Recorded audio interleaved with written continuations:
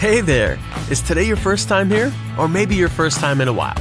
If so, maybe you're wondering exactly who we are and what this church is all about. Well, we'd like you to know that we're a group of ordinary people who are on an amazing journey together, following Christ.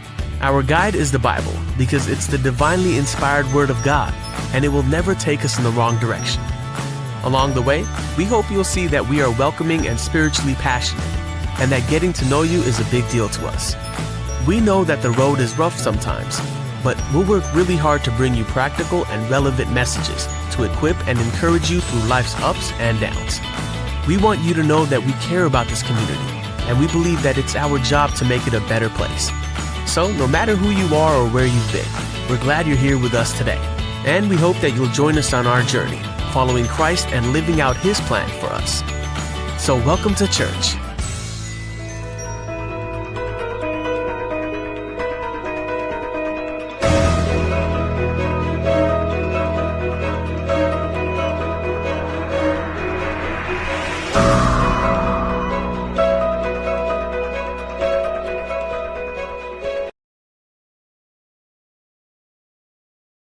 सबको praise Lord. आज का दिन में इस video के द्वारा हम सबों को फिर से एक बार देखने के लिए परमेश्वर ने अच्छा मौका दिया है। हम परमेश्वर धन्यवाद करते हैं। जो कोई इस वीडियो को देख रहे हैं, आप सबों को प्रभु यीशु मसीह ने आज विशेष आशीष करने वाला है। आज विशेष करके वो 5 दिन में हम सब मिलकर अलग अलग जगह पर प्रार्थना कर रहे हैं। इस प्रार्थना के समय में हम एक मन के साथ जब प्रभु के पास हम बैठते हैं, तो परमेश्वर हमारे जीवन के अंदर बहुत बड़े बड़े अद्भुत कामों को और चमत्कार कामों को करने वाला है। विश्वास के प्रार्थना, धर्मीजन का प्रार्थना बहुत सामर्थ्य बोल के वचन में लिखा है। इस उपवास प्रार्थना को परमेश्वर जरूर आशीष करने के लिए कितनी हम प्रार्थना विनती कर रहे हैं, सबको परमेश्वर जवाब देने के लिए हमारे अंदर एक बात होना जरूरी है, विश्वास।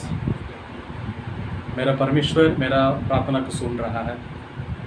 स्थिति जैसे भी वो, बहुत लोग जीवन के अंदर ये अविश्वास का बात शैतान लेकर आता है। कितना दिन से हम प्रार्थना कर रहे हैं, कितना दिन से तुम लोग प्रार्थना कर रहे हैं, ये बीमार तो बढ़ते जा रहा है, ये लॉकडाउन तो बढ़ते जा रहा है। फिर भी आपका अंदर एक विश्वास रहना चाहिए, कितना भी बढ़ेगा, कितना भी लॉकडाउन बढ़ते जाएगा, मेरा परमेश्वर मेरा प्रार्थना सुनता है, जरूर एक दिन मेरे लिए जवाब देगा बोल के विश्वास कीजिएगा। परमेश्वर जरूर अपने जीवन में आशीष करेगा। आइए हम हाथ बंद करके प्रभु वचन के लिए प्रार्थना करेंगे। जरूर प्रभु आपका मन में आज बात करने वाला है। सबका आंखों को बंद कीजिएगा। हम प्रभु से प्रार्थना करते हैं। खुदा और परमेश्वर आपके लिए धन्यवाद करते हैं। आज के उपवास प्रार्थना में हम सबों के इकट्ठा किया है परमेश्वर। इस यूट्यूब के द्वारा इस प्रार्थना सभा को, ये प्रार्थना के बारे में वचन को सुनने के लिए आपने दिया अच्छा मौका के लिए धन्यवाद करते हैं। कितने मेरे भाई, मेरे बहन, मेरे माँ लोग इस वीडियो को देख रहे हैं परमेश्वर, सभी का मन में आप आज बात कीजिए। इस वचन इसका अंदर प्रवेश करने के लिए कितना रुकावट है परमेश्वर, नस्र यीशु मसीह के नाम से सारे रुकावट को आप आज का दिन इनका अंदर से, इसका मन से आप दूर करते हुए इन सबों को अपना वचन से तृप्त कीजिए परमेश्वर। सारे डिस्टर्बेंस का हम दूर करते हैं। इस प्रार्थना सभा को आप आशीष कीजिए परमेश्वर। हम अलग अलग जगह पर हो सकते हैं, अलग अलग स्थिति में हम हो सकते हैं, लेकिन सब कोई एक साथ मिलते हुए प्रभु के वचन को ध्यान करने में, प्रार्थना विनती करने में हम सबों को सहायता कीजिए, हम सबों को आशीष कीजिए। प्रार्थना प्रिय बेटे इस मसीह के नाम से मांगते हैं, आमीन। अच्छा आमीन। हम विश्वास कर रहे हैं, आप सब कोई बैठे हैं, विश्वास के साथ ध्यान से वचन को सुनिएगा, परमेश्वर जरूर आपको आशीष करेगा। विशेष करके सबको जानते होंगे इस लॉकडाउन बढ़ते जा रहा है। एक संकट समय में हम आ चुके हैं। प्रतिदिन बीमार का गिनती भी बढ़ते जा रहा है। हम क्या करें इस जगह पर? हम क्या कर सकते हैं? हम इसका जवाब क्या है? हमारा जीवन क्या होने वाला है? हमारा परिवार क्या होने वाला है?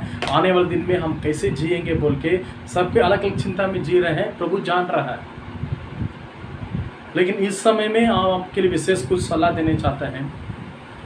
इस कमजोरी के समय में आप लोग क्या करना चाहिए?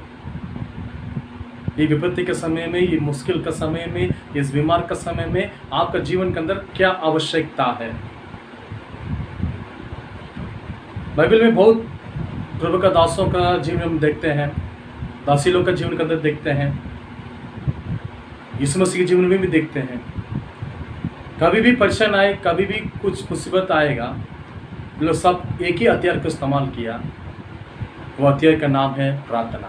हालेलुया।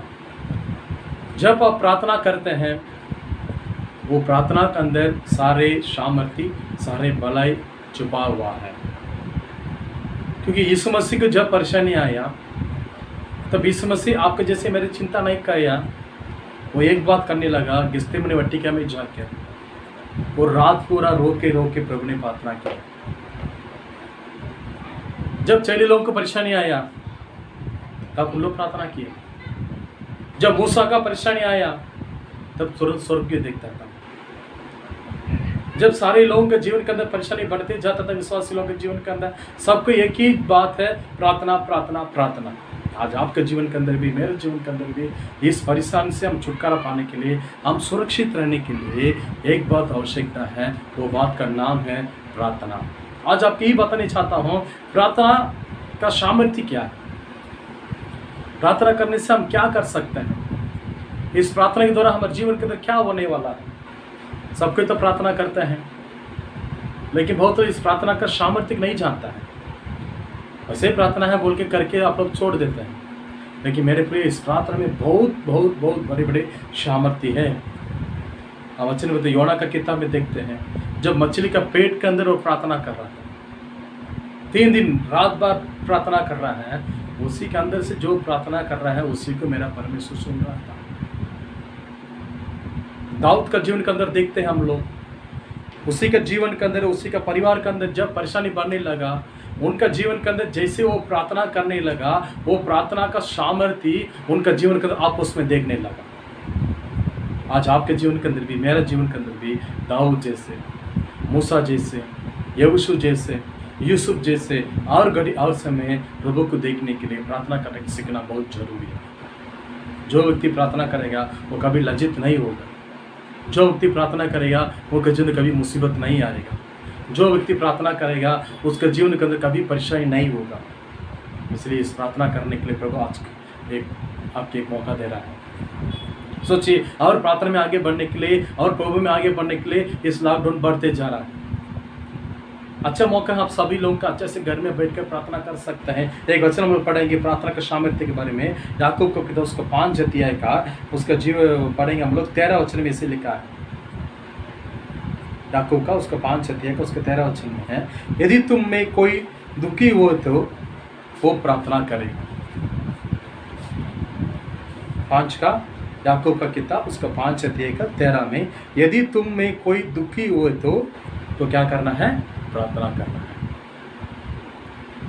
आज इस वीडियो कितने लोग देख रहे हैं, आप लोग भी बहुत दुखी में हैं, बहुत लोग दुखी में हैं, बहुत लोग अविश्वास में हैं, बहुत लोग चिंता में हैं।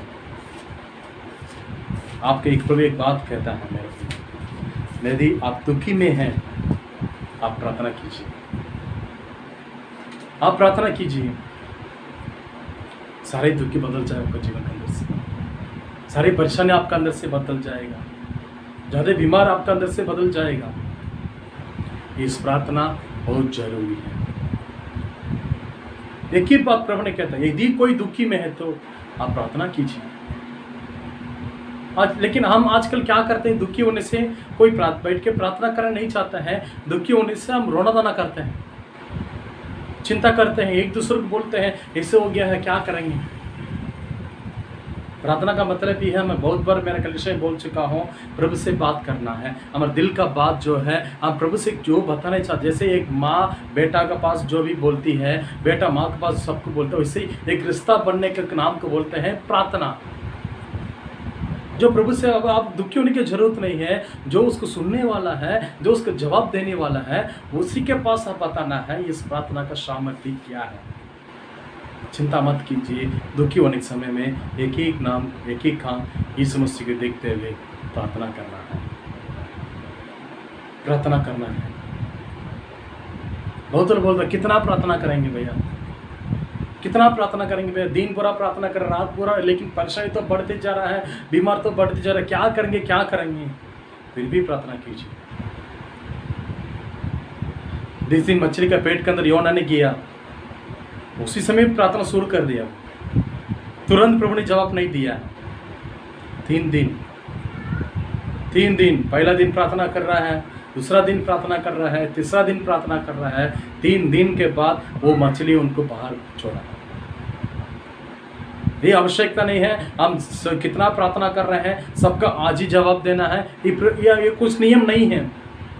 हम प्रभु के लिए कुछ ऑर्डर नहीं दे सकते हैं। जब हमारा समय आएगा, जब हमारे जीवन के अंदर प्रभु पूरी करने के लिए इच्छा रखा है, तब उसको प्रभु करें। तब तक हमारे जीवन के अंदर प्रार्थना करना बहुत जरूरी है।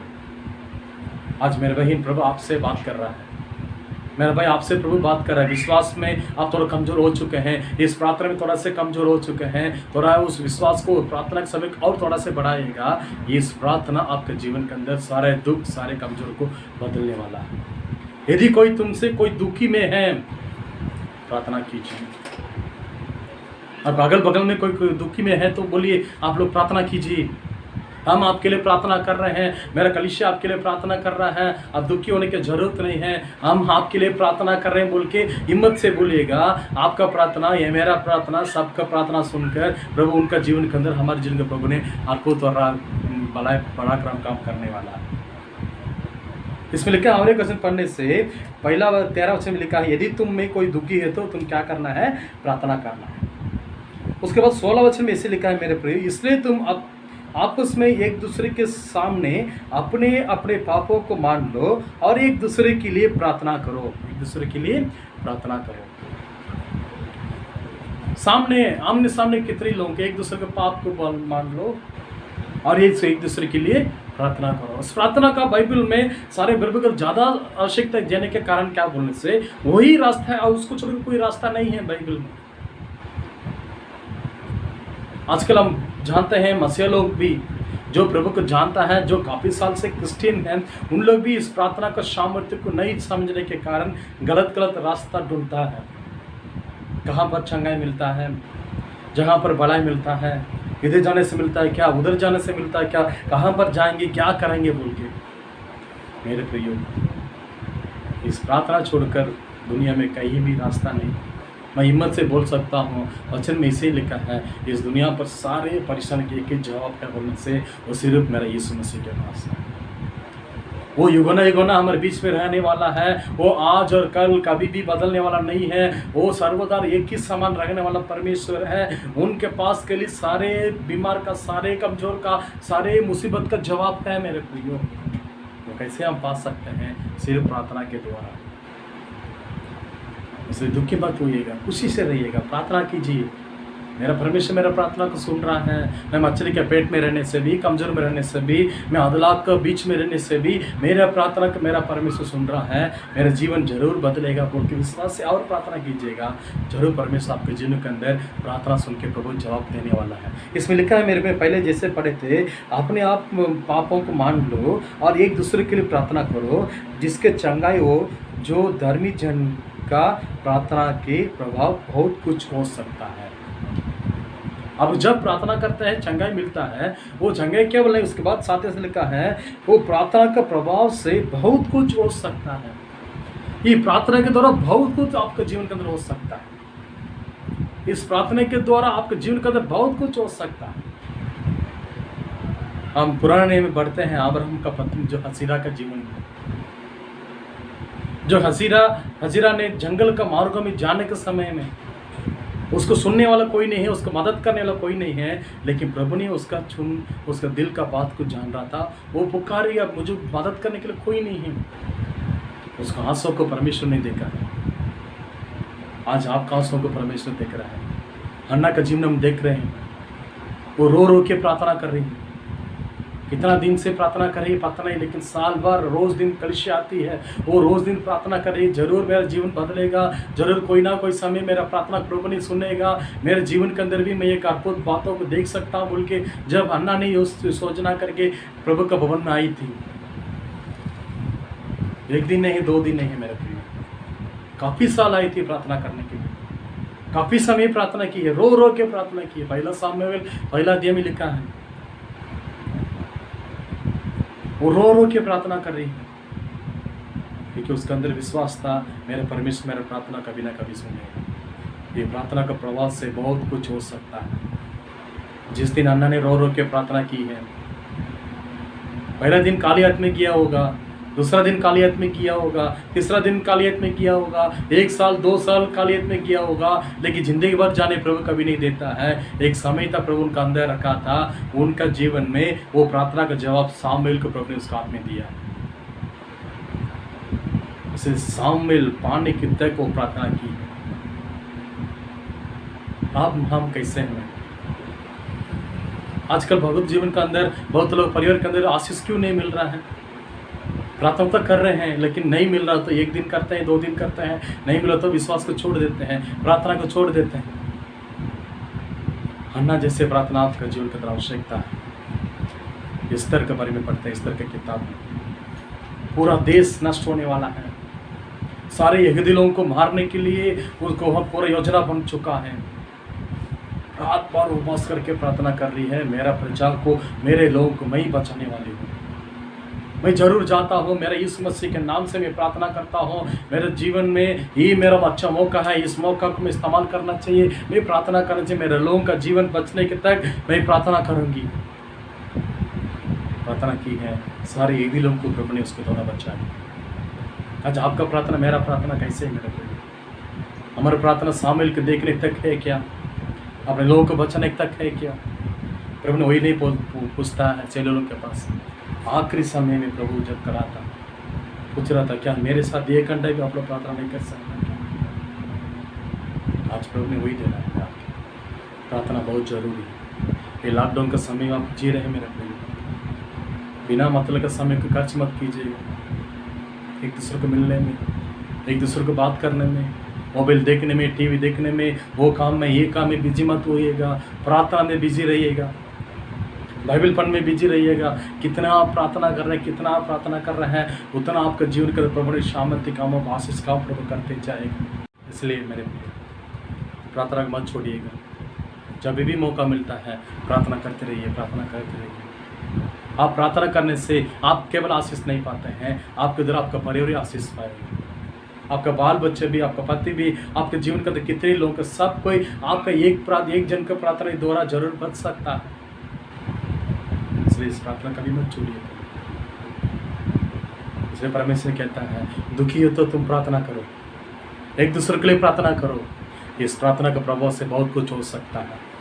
पहले आपका दुखी दूर होने के लिए प्रार्थना कीजिए, आपका मन में शांति मिलने के लिए, आपका मन में आशीष मिलने के लिए, आपका मन में एक भलाई मिलने के लिए आप प्रार्थना कीजिएगा। दूसरा बात, एक दूसरे के लिए प्रार्थना कीजिए, आप पड़ोस के लिए, अपना परिवार लोगों के लिए, जो भी है सबके लिए प्रार्थना कीजिएगा, क्योंकि इस प्रार्थना का प्रभाव बहुत बड़े है। इसके द्वारा बहुत कुछ हम कर सकता है, इसके द्वारा बहुत कुछ कर सकते हैं। अन्ना जैसे, यस्तर जैसे आपके जीवन के अंदर बहुत बड़े बड़े आशीष का आप लोग प्राप्त कर सकते हैं। मगर आप पाप किए बोले इस पर आप भी प्रभु से प्रार्थना कर सकते हैं। प्रभु आपका प्रार्थना भी सुन रहा है, प्रभु आपका प्रार्थना भी जवाब देने वाला है। सिमसोन ने जब पाप किया है फिर भी प्रभु से मांगा, प्रभु एक बार मुझे मदद कीजिए, सिर्फ एक बार मुझे मदद कीजिए। फिर भी उनका प्रार्थना सुनते हुए प्रभु उनको मौका दिया है। मेरे आज वही सोच के प्रभु मैं इतना दिन प्रार्थना करने छोड़ दी, आपको खोजने छोड़ दी है, लेकिन आज इस उपवास प्रार्थना में एक नया अद्भुत कामों को मैं देखने वाला हूँ, एक नया सामर्थ्य कामों को मैं देखने वाला हूँ। मेरे जीवन के अंदर इस प्रार्थना को मैं नहीं छोड़ना चाहिए परमेश्वर, इस प्रार्थना को मैं नहीं छोड़ना चाहिए परमेश्वर। इस प्रार्थना का आग मेरे जीवन के अंदर जलते रहना चाहिए परमेश्वर। कितना आप प्रार्थना करेंगे, कितना प्रभु से समय बिताएंगे, उतना प्रभु आपका आशीष देते रहेंगे मेरे प्रिय। बाइबल में सच है। इसलिए याकूब 5:6 को पढ़ने से उसका 13 वचन में लिखा है, जो कोई दुखी में है, जो कोई दुखी हो चुके हैं, आप प्रार्थना कीजिए। आज आप दुखी हैं, आप प्रार्थना कीजिएगा, प्रभु उसको दुखी को आनंद में बदलने वाला है। आपका आंसू का पानी प्रभु देख रहा है, वो सबको प्रभु गिन रहा है प्रतिदिन। आप कितना दिन रो रहे हैं, कितना दुखी हो रहे हैं, ये सबका एक दिन जरूर एक जवाब मिलने वाला है, जरूर एक बदलाव होने वाला है। एक दूसरे के लिए प्रार्थना कीजिए, एक दूसरे के पाप को मान लो, उससे प्रार्थना करो। ये प्रार्थना का प्रभाव बहुत कुछ है।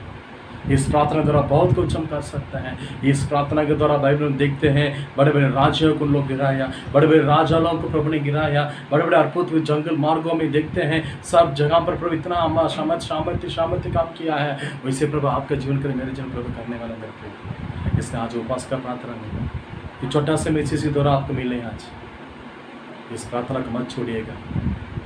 थोड़े दिन हम प्रार्थना करने वाले, थोड़ा समय इस वीडियो के बाद भी आप लोग कंटिन्यू घर में बैठ के आधे घंटा प्रार्थना कीजिए। कभी इस प्रार्थना का आगे मेरे घर में मिलते रहना चाहिए परमेश्वर। कभी हम प्रार्थना को ढीला नहीं सोचना चाहिए, प्रार्थना को कमज़ोर नहीं सोचना चाहिए। ये अविश्वास को लेकर आने वाला शैतान आपके जीवन में आते रहेगा। बार बार शैतान ने अविश्वास को लेकर आता है, उसको कभी जगह मत दीजिएगा। मैं प्रार्थना करता हूँ, मेरा परमेश्वर मेरा प्रार्थना सुन लेगा, जरूर इसको जवाब देगा। अविश्वास बात बोलने वाले से दूर रहिएगा। उनके लिए भी प्रार्थना, प्रभु इन लोग मेरे सामने आ रहा है, इस प्रार्थना का मजाक सोच रहा है परमेश्वर, इनके जीवन के लिए भी प्रार्थना करता हूँ, एक बदलावट इनके जीवन में पाना चाहिए, बल्कि उनके लिए भी प्रार्थना कीजिए। आपका जीवन बदलने के लिए प्रभु एक समय रखा है, तब तक प्रार्थना का साथ बने रहना बहुत जरूरी है। आप जब प्रार्थना करेंगे आपका परिवार बदलेगा, आपका गांव बदलेगा, हम लोग का देश बदलेगा। आज हमारे देश के लिए प्रार्थना बहुत जरूरी है। बाइबल में लिखा है हम देश में सुरक्षित जीवित करने के लिए अपना देश के लिए प्रार्थना करना बहुत जरूरी है। अपने देश के लिए प्रार्थना करना बहुत जरूरी है। आज कितना घंटा हम देश के लिए प्रार्थना करते हैं, कितना घंटा हम हमारे देश के लिए हम प्रार्थना करते हैं। थोड़ा अपना प्रार्थना का स्टाइल बदलना चाहिए मेरे प्रभु। अपने देश के लिए प्रार्थना की, जिस देश प्रभु हमारे लिए दिया है, ये भारत देश बहुत सुंदर देश प्रभु हमारे लिए दिया है। और दुनिया में कहीं भी जाइएगा इसी वाला देश आप कभी नहीं मिलता है। यहाँ हम कितना छुटकारा के साथ जी रहे हैं, कितना भलाई के साथ जी रहे हैं, कितना चंगा के साथ जी रहे हैं, वैसे भलाई चंगा छुटकारा और दुनिया में कहीं भी देश में नहीं मिल सकता है। कितना अच्छा मधुर देश है प्रभु हमको रखा है। आज वो देश बीमार के द्वारा, इस महामारी के द्वारा नष्ट होने वाला है। प्रतिदिन हजार लोग बढ़ते जा रहा है बीमार से। दुनिया पूरा देख रहा है आज भारत देश में क्या होने वाला है। सरकार कितना योजना बना रहा है, कितना नियम कानून दे रहा है, फिर भी देश में बीमार पड़ते जा रहा है। इस बीमार का अभी तक इलाज नहीं है। क्या करेगा सरकार? हम प्रार्थना करना चाहिए, प्रभु मेरा देश के ऊपर आप अनुग्रह कीजिए परमेश्वर। इस मेरा भारत देश के ऊपर आप अनुग्रह कीजिए, मेरे देश का हर एक प्रजा के ऊपर आप अनुग्रह कीजिए। सारे बीमार का आत्मा, सारे महामारी का आत्मा हमारे देश छोड़कर, हमारे देश जोड़कर, हमारे गांव छोड़कर भाग जाना चाहिए परमेश्वर बोल के हम प्रार्थना करने से हमारा प्रार्थना सुनते हुए परमेश्वर इस देश में प्रभु आशीष देगा। इसलिए मेरे प्रिय, ये प्रार्थना का मौका मत छोड़िएगा। आप दुखी में हैं आज का दिन, लॉकडाउन के द्वारा नौकरी नहीं है, खाने पीने का नहीं है, दुखी है, प्रार्थना कीजिए। एक दूसरे के लिए प्रार्थना कीजिए। धर्मी जन का प्रार्थना का प्रभाव बहुत कुछ हो सकता है। आपका प्रार्थना द्वारा बहुत कुछ हो सकता है। विश्वास कीजिए, मैं प्रार्थना कर रहा हूँ, मेरे देश से इस महामारी दूर हो जाएगा। मैं प्रार्थना करता हूँ, मेरे देश से एक कमजोर दूर हो जाएगा।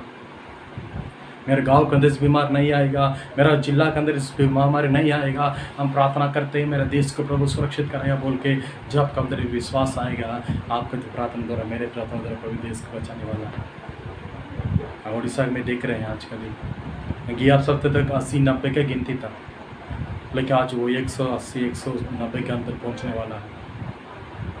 एक ही सप्ताह में 100 जन के ऊपर ये पॉजिटिव निकला है। हम प्रार्थना करें कभी और नहीं बढ़ना चाहिए परमेश्वर। कोई ना कोई मर रहा है, मेरे लिए क्या है, कभी मत सोचिएगा। मैं बार वही बोलता हूँ। जब चीन देश में इस बीमार फैल रहा था, मेरे कलिसिया में हम लोग एक दिन उपवास प्रार्थना की। जो आज चीन देश में बीमार फैल रहा है, तो कल परसों हमारे देश में आने के लिए बहुत देरी नहीं रहेगा।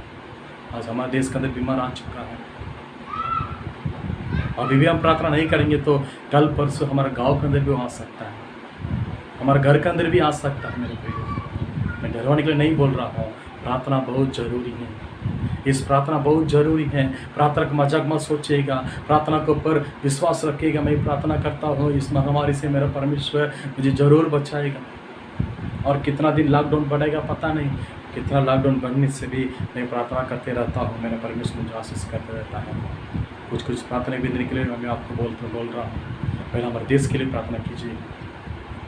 हमारे भारत देश के प्रभु रक्षा करने के लिए। जगह जगह बीमार बढ़ती जा रहा है, उसी जगह के लिए प्रार्थना करना है। पहले भारत देश में हमारे मुख्यमंत्री के लिए, हमारे प्रधानमंत्री लोगों के लिए प्रार्थना कीजिए। कितना कैबिनेट मिनिस्टर्स है, कितना पुलिस अधिकारी लोगों के, कितना डॉक्टर्स लोगों के, कितना नर्सेस लोगों के, उनके लिए प्रार्थना कीजिए।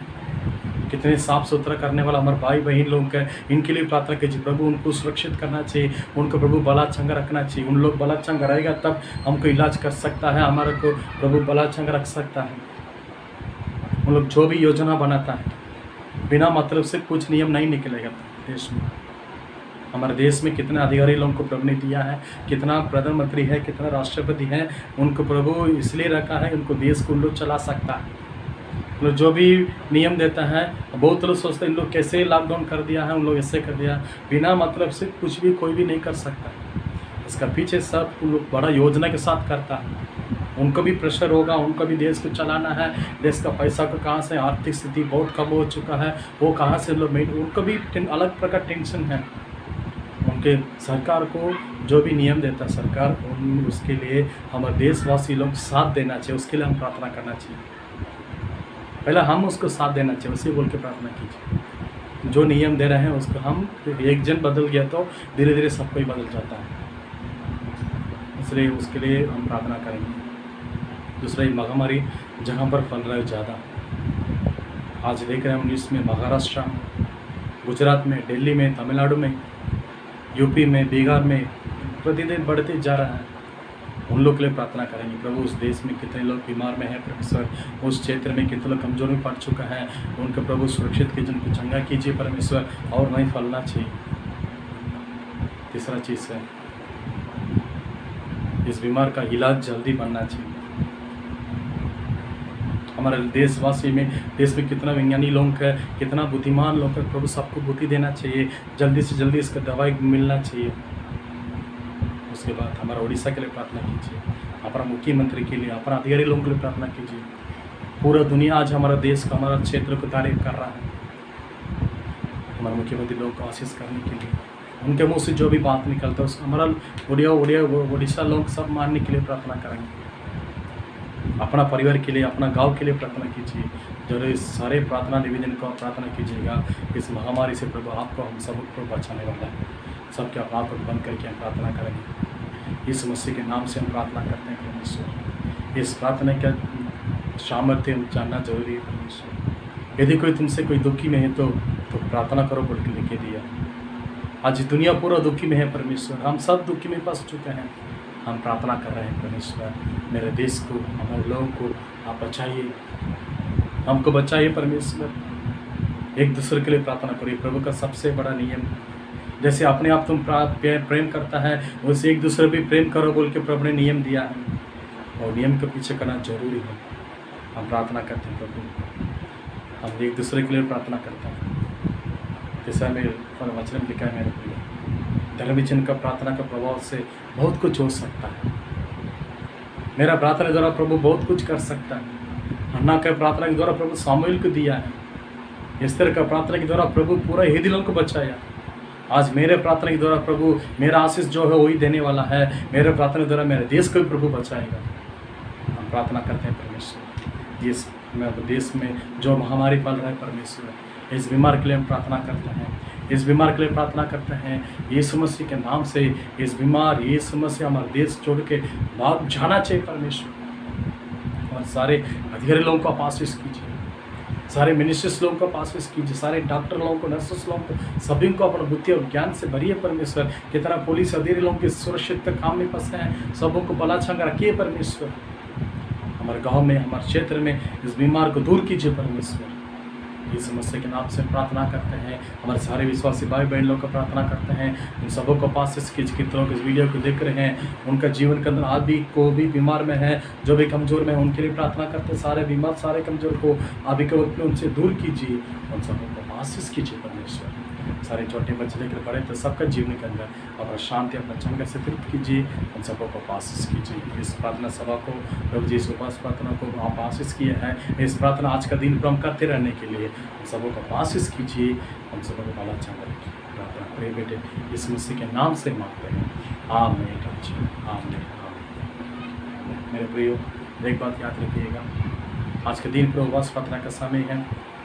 इस प्रार्थना निवेदन को याद करते करते प्रार्थना करते रहिएगा। जो कि हमारे विश्वास लोग 12 घंटे का प्रार्थना कर रहे हैं, इस प्रार्थना निवेदन को याद करके आप प्रार्थना कीजिए, जरूर प्रभु आशीष करेगा। इस वीडियो को आप देख रहे हैं, जो भी आपका प्रार्थना का आवश्यकता है, प्रार्थना निवेदन है, तो जो स्क्रीन पर नंबर दिख रहा है उसमें हमको फ़ोन कर सकते हैं, हम आपके लिए प्रार्थना कर सकते हैं। इस वीडियो को शेयर कीजिएगा। संडे के दिन में भी वही 8:30 बजे इस वीडियो के द्वारा आपको मिलने वाला है। प्रभु का आराधना करेंगे, प्रभु का वचन को सुनेंगे। प्रभु जरूर हम सबको आशीष करें। जो कि इस वीडियो को देखे हैं, सबका जीवन करें। प्रभु आज प्रार्थना का आग डाला है, प्रार्थना कीजिए। प्रार्थना द्वारा प्रभु बहुत बड़े और अद्भुत काम करने वाला है। आप सबों को प्रभु यीशु मसीह आशीष करें। सबको प्रेज़ द लॉर्ड, जय यीशु, जय मसीह, सबको प्रभु आशीष करें। आमीन।